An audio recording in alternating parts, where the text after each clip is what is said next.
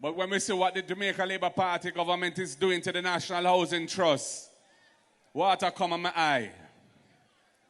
An institution built by Norman's son, Michael Joshua Manley, in the 1970s as a tool of social engineering to ensure that the workers of this country could contribute and get a good house for themselves at an affordable cost. And you know, when we were last in government and we had to save the economy from the precipice where it had been left and to get the public debt of the country under control, we said for 4 years we had to take some money out of the National Housing Trust surplus. And we checked with the financial experts and they said, yes, it can be done for 4 years without damaging the housing trust.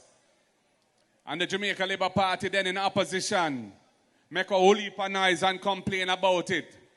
But we had to do it at the time because we had to make sure Jamaica came out of the mountain of debt that it was in and put the future on a more sustainable footing. And I come to live to see that when them come in government in 2016, them pass a law 2 times to take the money out of the National Housing Trust for an additional 9 years after the 4 years that they had said they would never have done. And so over $100 billion has been taken out of the National Housing Trust to the point where now they're saying that the Housing Trust can no longer make loans. They have to leave it to the private banking system to make the loans. And not only that, the Housing Trust have to pay the private banking system a subsidy for the interest rate.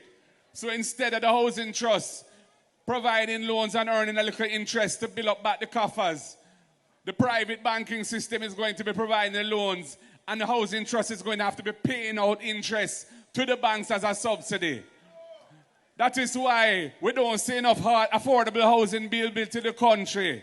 Yes, we see all of the high-rise buildings going up with prices of 30 million, 40 million, 50 million for a house. But what about the struggling people of Jamaica? What about the masses of the people that the Housing Trust was there to be set up the housing for? This has to stop, people. That is why the people want a new direction. We need to rebuild the Housing Trust so it can support housing, affordable housing for the masses of the people.